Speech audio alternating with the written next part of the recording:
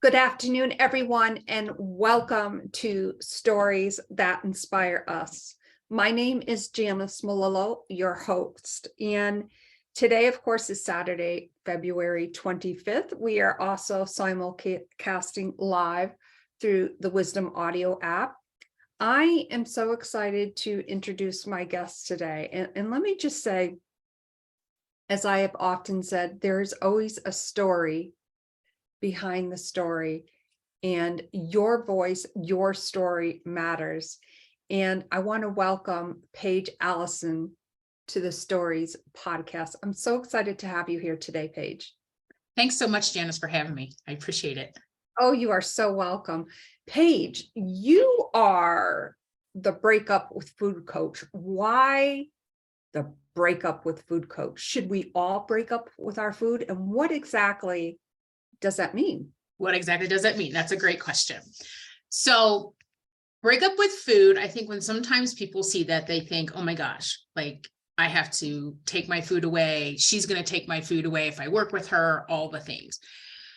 But what it really is and what it really means is breaking up with the stories you have around food, all the beliefs that you have around food that you probably have had since you were a little child. I know that was true for me.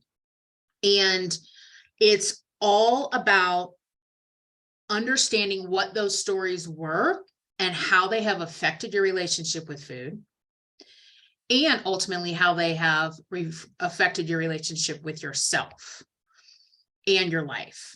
And so Break Up with Food coach is really breaking up with all those beliefs and understanding what your food story was to then recreate your food story and rebuild the relationship with yourself first and foremost. Mm-hmm. Also, rebuild your relationship with food, to have a supporting relationship with food and not a relationship built on fear of food. Food's going to make me fat. I'm afraid of my appetite. Those are beliefs that we have. And those are beliefs that we've never questioned. So it's all about really digging into what you have always believed and seeing what that has created for your life. And then being willing to take a step back, be like, okay, that's not what I want anymore. I want to rebuild this relationship. I want to rebuild the relationship, not only with myself, but with food and my body. And I want to do it based on love, compassion, trust. I love what you just said. Base it on love, compassion, and trust. Mm-hmm. And as you were describing that, I went back to my journey. I'm Italian. There's a little Irish in there and a few other things. Mm-hmm. But, what do Italians do? We love to eat. Mm-hmm. I was in the clean plate club generation. Let me just say, I cleaned up quite a few plates in my time. Yep. But I also want to point out something that you said, which I think is really important, that structure around food, we have these beliefs and it's really okay to question them. Mm-hmm. Absolutely. And it is okay. And it's, I think what we're taught to believe is not to question them. Right. And so for me, as a little kid growing up, I was put on my first diet, I think when I was 7 or 8 years old. And the message that I got at that point in time was, there's something wrong with me. I have to be fixed. I'm not okay as I am. And the household that I grew up in, I had, my dad was an alcoholic. Both of my parents were very emotionally distant. I had a sibling that we both kind of knocked around and did the best we could. And what I came to realize as I started working on myself was I used food as a little kid as a substitute for the love that I wasn't getting, the connection I wasn't getting, the safety I wasn't getting. And so that became part of my story. Like, and oftentimes we use symbolic substitutes, food is one, to create what we don't have. And so another story that I had growing up was you just have the biggest sweet tooth. Like you just want to eat all the sweet things. So all that kind of stays with you because as a child, like children are great observers, but they're not the best interpreters. And so I didn't know any different. I just took that information and went on with my life. Throughout my life, I went on multiple diets. Nothing ever really worked. Yes, I may have lost some weight, but it always came back and brought friends.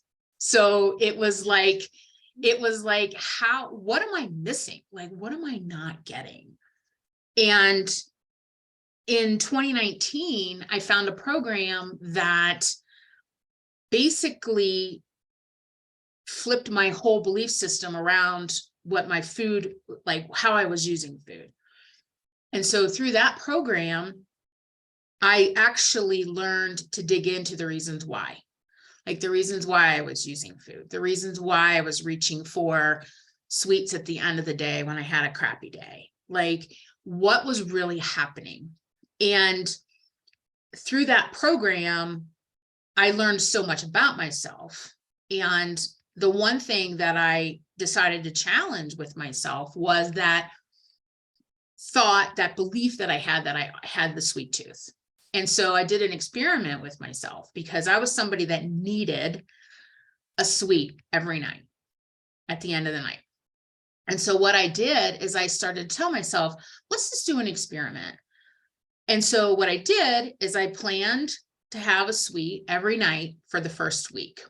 Sometimes I noticed I didn't even eat it, didn't want it, had no desire for it. So then I started backing it off gradually. And what I came to find was that when I started to do that gradually, I allowed myself to see how I was kind of using that sweet at the end of the day and was able to recreate a relationship around the sweets and understand that I don't need that at the end of the day. And so it was interesting because as I backed it off gradually, I let my brain see a new pattern because our brain gets attached to the patterns and our brain knows our patterns. So it's kind of like, what's she doing? She's doing something different. But it felt right. Like it felt right in my body. Like this is the time to do it. And so now, like I actually, at the end of the experiment, I was kind of like, I don't even really like that stuff. Like, I don't even like what I was even eating. But again, I never had questioned the behavior. I never had dug in there to understand, like, what is really happening here? And so by being that experimental person and being in that mindset of like, let's just figure this out. Let's just take this a little bit at a time. It really, really rewrote the whole story I have around sweets. And yeah, I still eat sweets now, but it's a totally different relationship. It's like my body is saying, yeah, a sweet feels pretty good today. Let's have that. And then I could go weeks without something. It really is different, but I never would have broken up with that belief had I not challenged it. And you had mentioned that you never questioned the behavior. Mhm. And I'm a health coach as well. And I have a health journey or a wellness journey, if you want to call it that. And I would love to get your take on this. I think sometimes when we have that relationship with food, we're having, even though we may know that it may not be good for us, maybe I'm having too much of it, whatever the case may be, we do it because it's a normal behavior, it's a normal pattern, yet we don't give ourselves the grace to really look at it in such a way where, like, look at it logically. Mhm. Why am I doing this? Is it because I'm stressed? Is it because I am upset? Did something happen? For me, and I've chatted about this often, bag of chips cannot be trusted around a bag of chips. That's not to say that I don't have chips, but if I am in the mood for chips, if I'm at the grocery store, I will try to buy the little packs. Mhm. And then I don't feel so bad, because I was that supersized gal. Mhm. I would go through McDonald's, and I can't believe I'm even admitting this out loud to myself and to the world, of course. I would go through the drive-through and sometimes get 2 cheeseburgers, a Big Mac with cheese, and the supersized fries, and then a Diet Coke, so I didn't feel so bad. Like, how the mentality of that, but that was me. Yeah. I ate a lot. I suppressed whatever emotions I was feeling. And kind of a sidebar to that, over to my left in my office here is my commercial kickboxing bag, because I love to kickbox. I used to weigh more than that bag. That bag is 272 pounds. But what I gain from my knowledge and my experience is that during the process, whenever you get to that point, like you had mentioned, you had gotten to that point in 2019. Yeah, I really need to figure this out. Mhm. I will tell you from experience, that was not easy. Mm-mm. Very hard. Mhm. It is hard. And I think that, you know, when we just have that habit pattern and we have those habit behaviors, we don't even, number one, we're on autopilot. We don't even think about them anymore. And it represents a sense of safety for us. Like, that's my go-to, was to, eat food to suppress, as you said, suppress emotions. Like, when I was growing up, I was never taught how to feel my feelings. Like, what? It's kind of like, and it's like, kids aren't taught that. And maybe now it's a little bit better, but when I grew up, like, my parents didn't even understand their own feelings. How could they even like help a child process those feelings? So yeah, like, I went through most of my life, like, eating my feelings and, eating to avoid my feelings. And so part of the work, when you start to really look at your relationship with food, it's like, when we're eating over those feelings, that is blocking intimacy with yourself. Hmm. And it's almost like, it's getting in the way. It's getting in the way of your growth.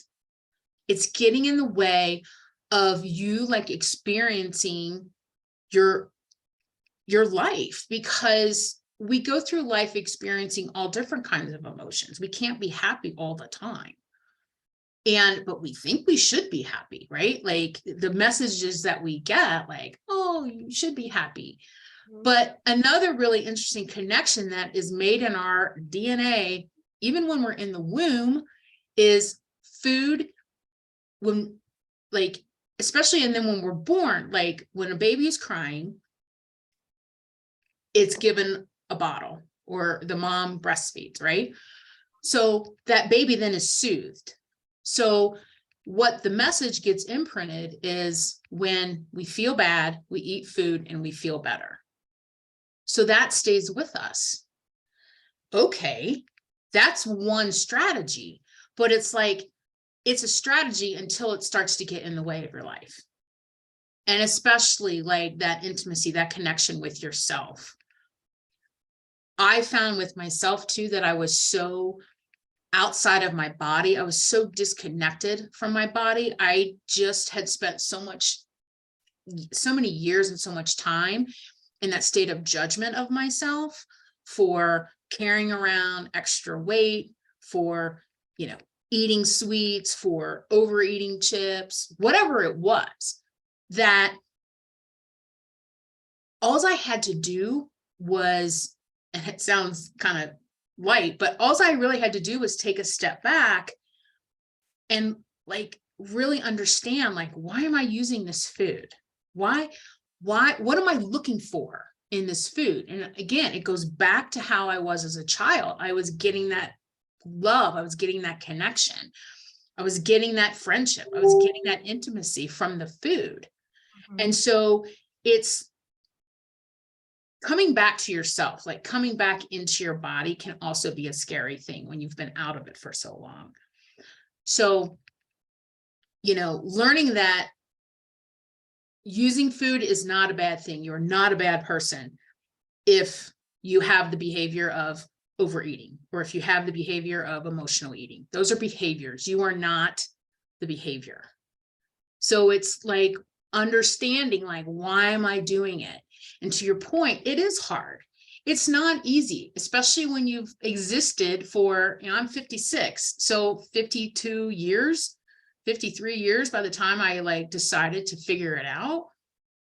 Like, unraveling all that takes time. It's not a quick fix.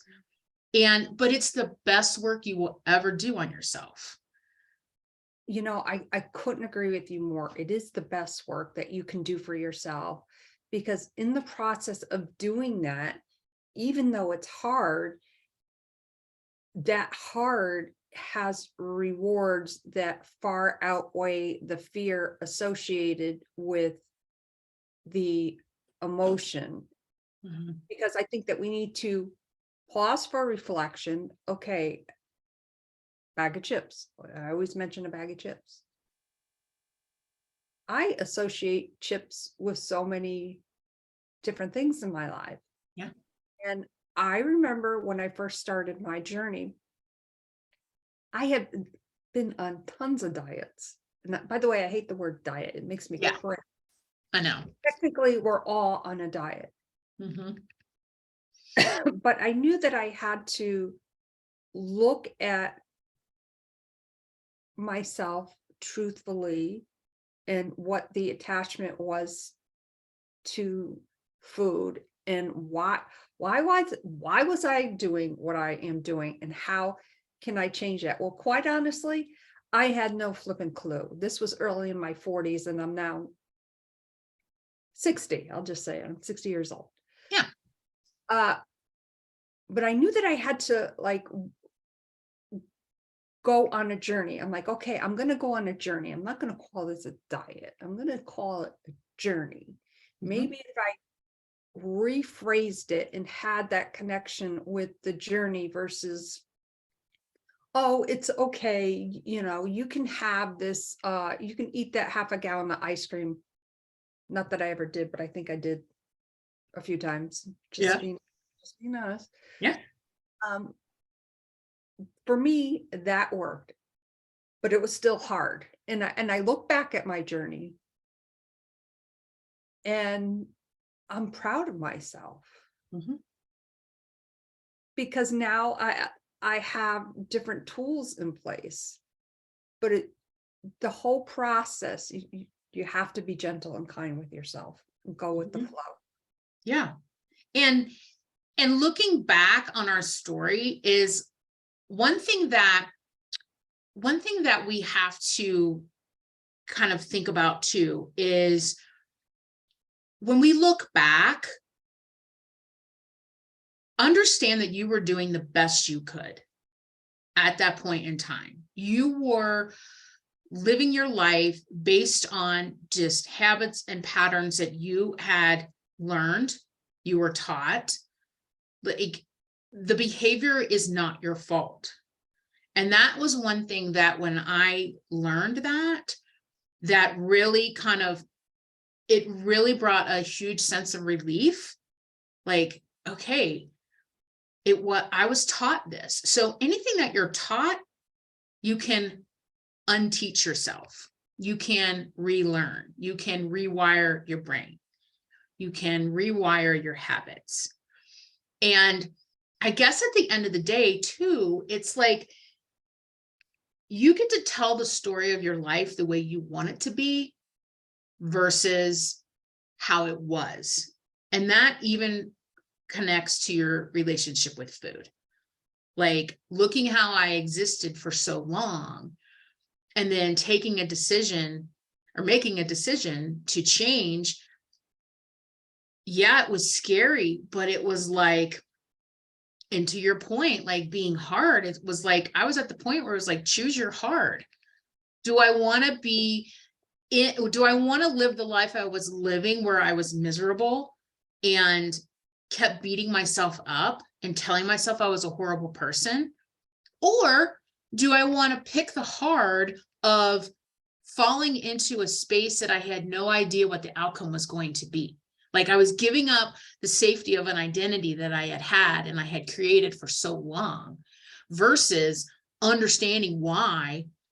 And that was kind of risky. And like, we as humans don't really like risk. We want to know the answer. We want to know like, what the hell is going to happen if I do this? I had no idea, but it was kind of like, take it one step at a time.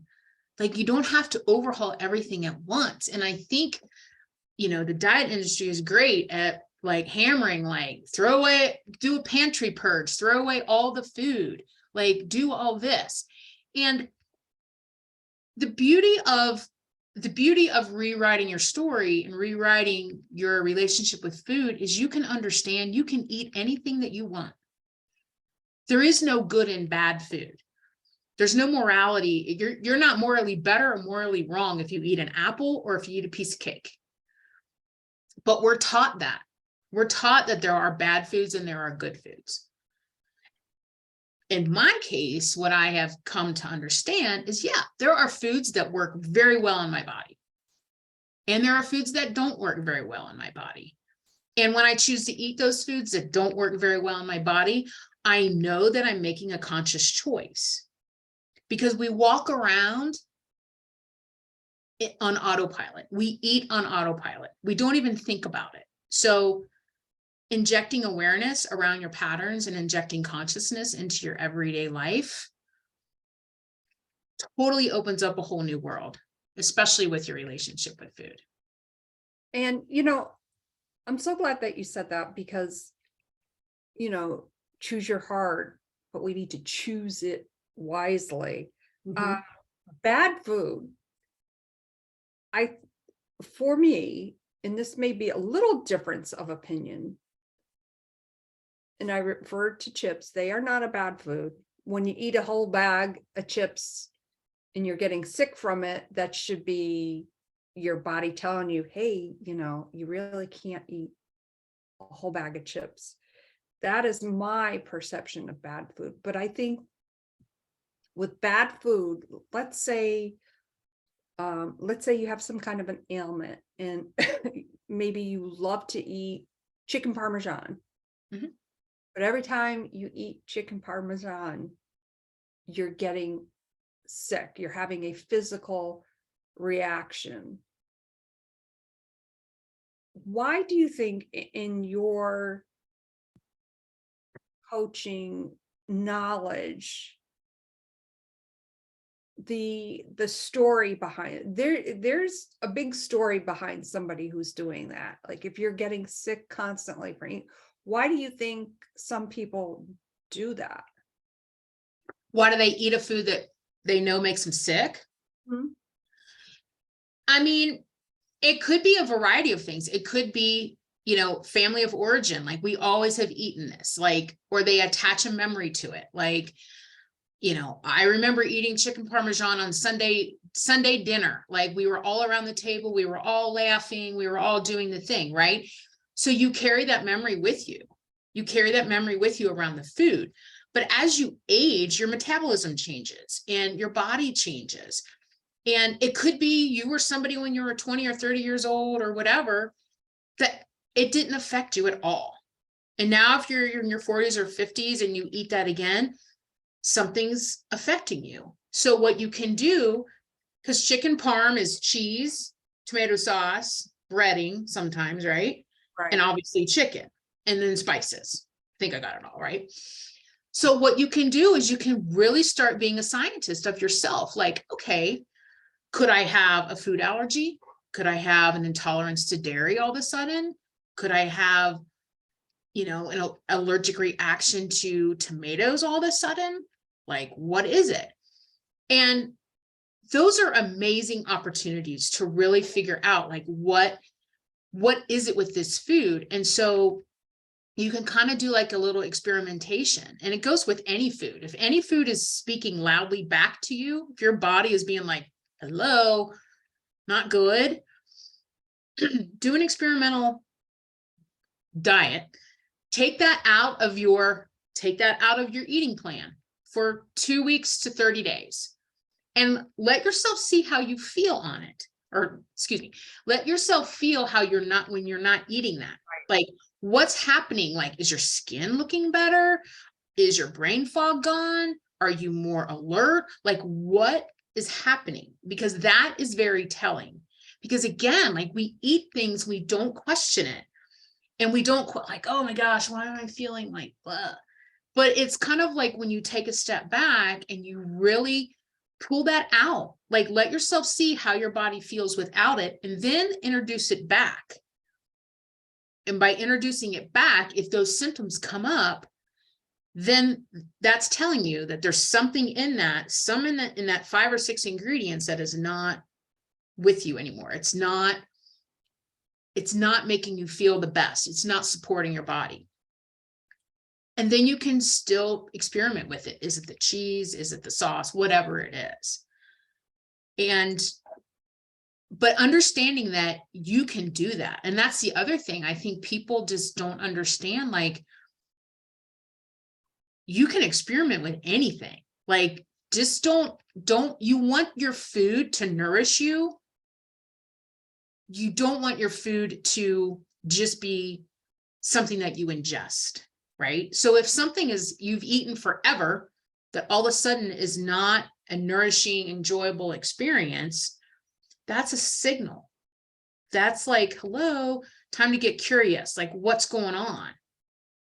And so and that's part of you kind of taking charge, not only of your health, but like, okay, maybe I need to rewrite the relationship with this certain dish. And if it comes to be that you can't eat that anymore, then that too is kind of like, how do I want to address that? Like, I'm not able to eat something that in the past was such a wonderful experience for me. So it's kind of like a little bit of grieving happens. Like, you're grieving that you can't eat that anymore. But here's the thing. It's like, you have all those memories around that. But right now, at this point in time, it's not making your body feel good. And so it's like, I want my body to feel good. I want to feel good. I don't want to have brain fog. I don't want to be fatigued. So it's like, kind of, again, choose your heart, like reestablish or stay in misery. Exactly. And, I was just thinking, I don't know why this popped into my head. I was thinking of a charcuterie board. Mm-hmm. All the nice Italian cheeses and meats and, all that kind of stuff. I'm Italian. I can't eat that. But I look at it and my eyes are like, oh, come on, you can have some, you can have a few. Come on, just do it. Yeah. And I'm like, no, nope, don't want to go there. But I'm happy to try like a little taste. Mm-hmm. For me, I know I can do that, but that's it. And then when I mean little, I mean just a little taste.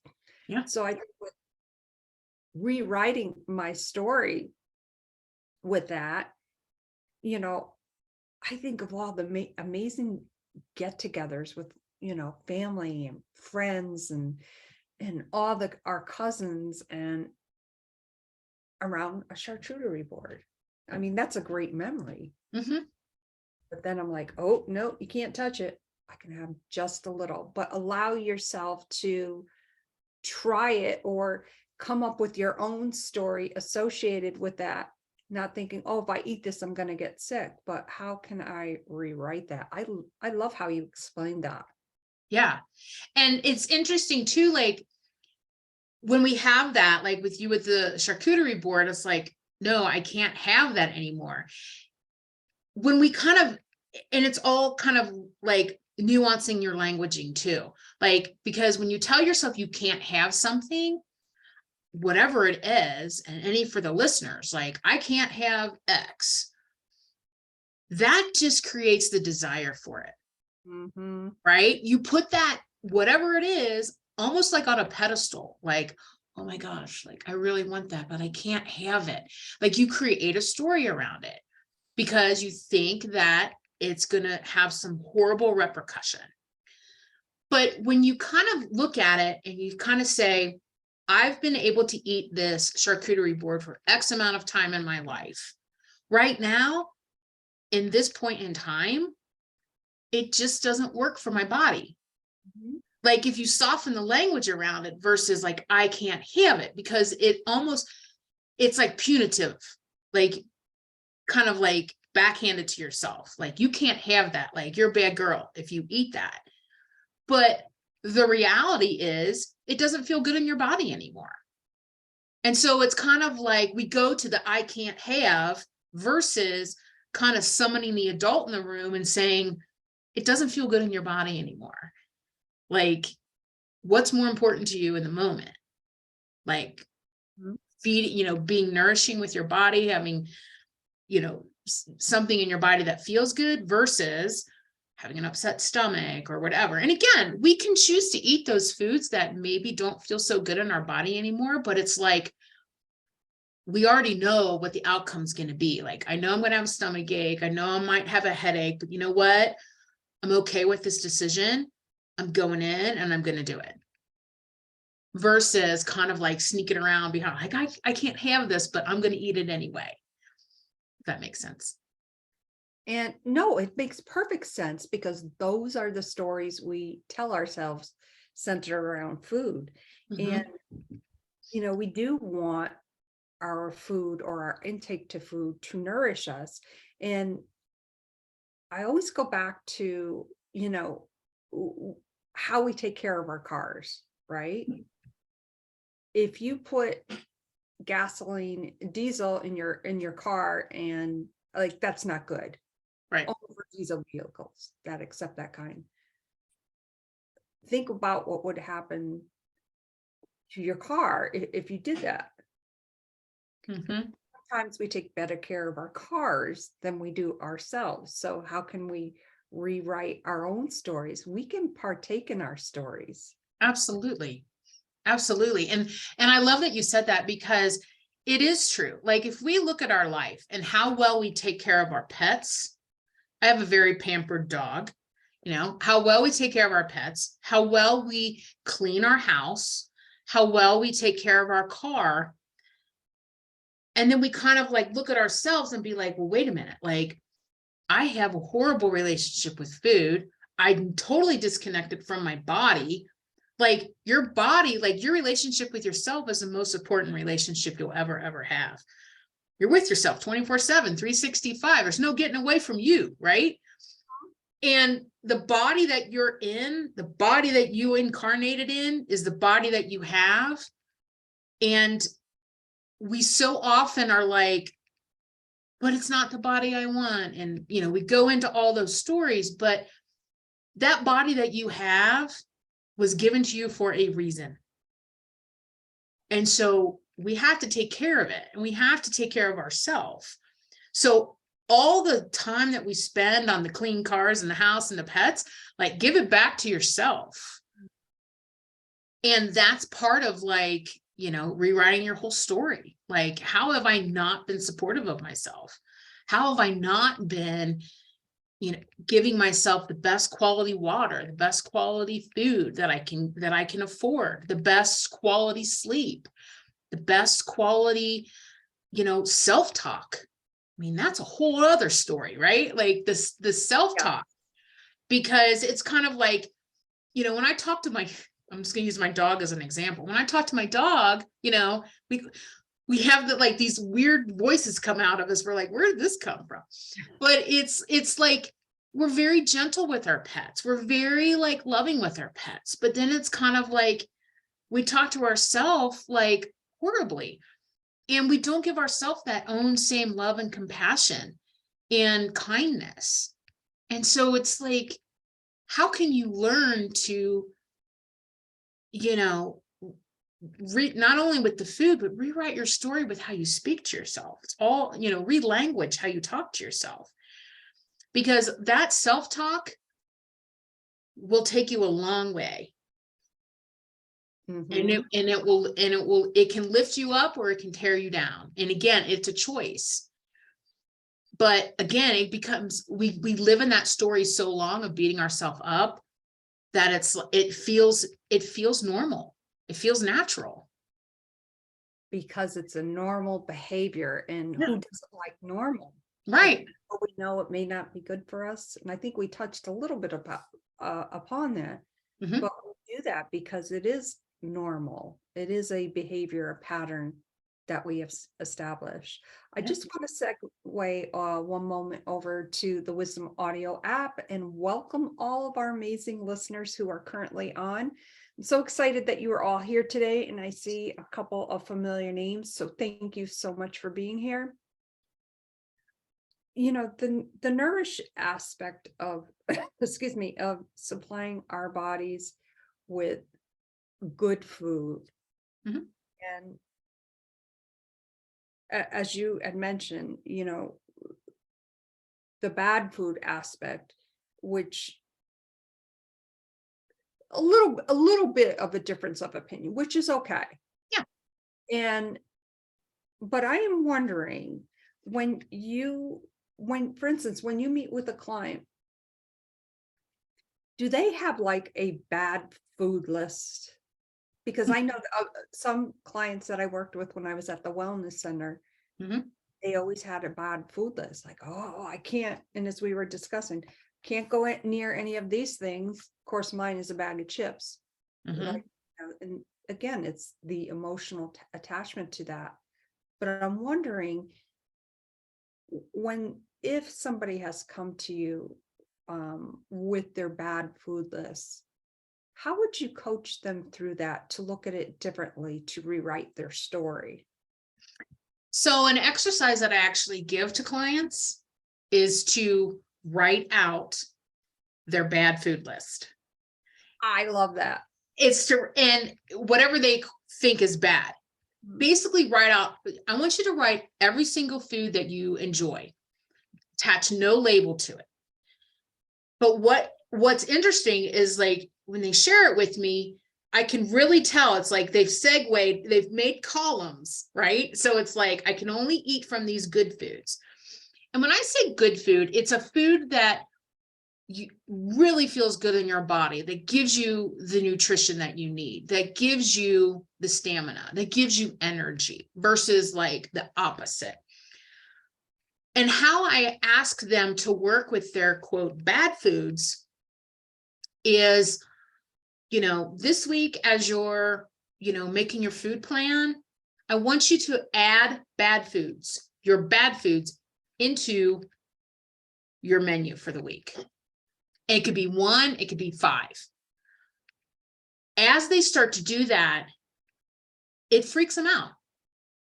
Panic can ensue. Like, what do you mean? Like, I can put cake on there, or ice cream, or cookies, or whatever it is. Pizza is a huge food that for some reason people attach as a horrible thing. What do you mean I can eat that? Yeah, you have to rewrite your relationship with that food. Again, because you were told for so long that these were bad for you, that you should not be eating these because you can't lose weight and eat these. I lost weight eating cookies, ice cream, chips, candy, all of it.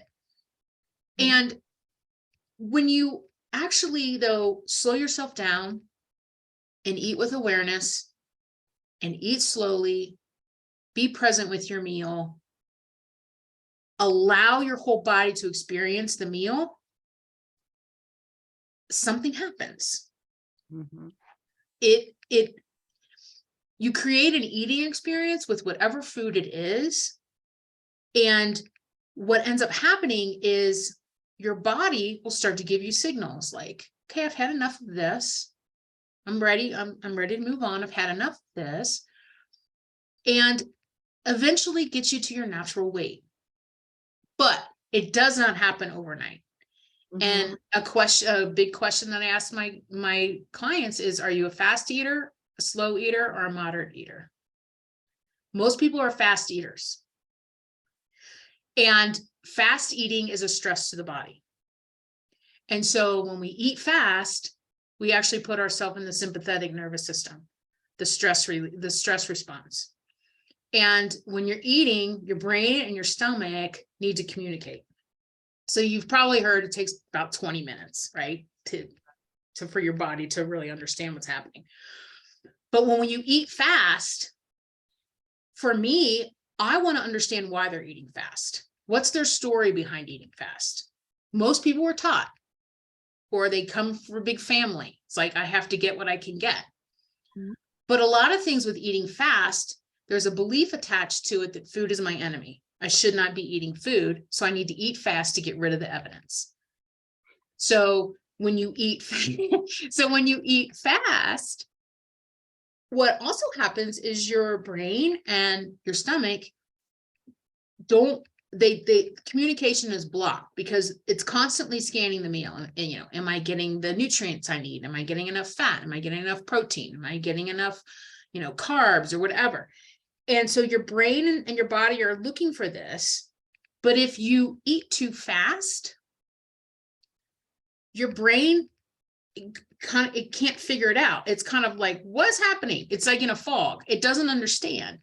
Then all of a sudden, you feel like, oh my gosh, I've eaten so much. But your brain is like, I didn't experience the meal. I'm still hungry. So you keep eating. Or 10 minutes later, you get up and you eat something else because your body hasn't experienced the meal. Your brain hasn't experienced the meal. So by slowing yourself down, it allows yourself to not only experience your meal, but it also allows your brain and your stomach to communicate as they should when you eat. But I think what I have found too with clients is slowing down. Like if they have that belief that food is my enemy, when they slow down, it's almost like you're coming face to face with your enemy. And that's uncomfortable. And so I don't want to feel uncomfortable, so I'm just going to eat fast. I'm just going to get it done. But it's a beautiful thing when it happens. It's a beautiful thing when you actually slow down because everybody's life is running at warp speed these days, right? Everything is fast. We want everything fast, including, let's just eat fast. Let's get it out of the way. But our relationship with food is pretty much connected to everything else. So if we're fast with food, where else are you moving fast in your life? Which is another question I ask my clients. Where else are you moving too fast? And so it's like you start slowing down in one spot, it has the ripple effect. And so it's just, and again, it's a process. It will not happen overnight. Especially, we come from years of conditioning, but it can change. It can happen. It just takes patience. It takes willingness, and it takes, making the decision to change. It's not, not everybody's going to want to do it, and that's absolutely fine. But if you want to rewrite that story, it just takes a decision. And that could be the first important step to really slowing down and eat with awareness. Yes. Yes. Wow. Paige, do you have time for maybe we can invite one of our guests that, excuse me, that's currently on Wisdom that may want to contribute to the conversation? Sure. So Wisdom, we have time for one guest to come up on stage if you have a question for Paige, or if you would like to contribute to the conversation.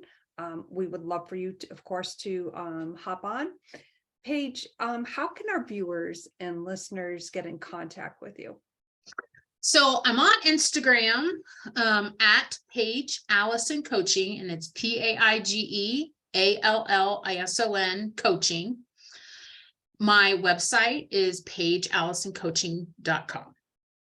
And my email is Paige, PAIGE at paigeallisoncoaching.com.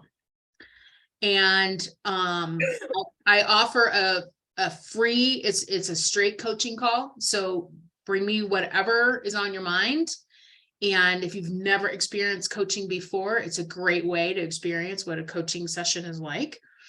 And yeah, and it's there, you can schedule that through my website. And yeah.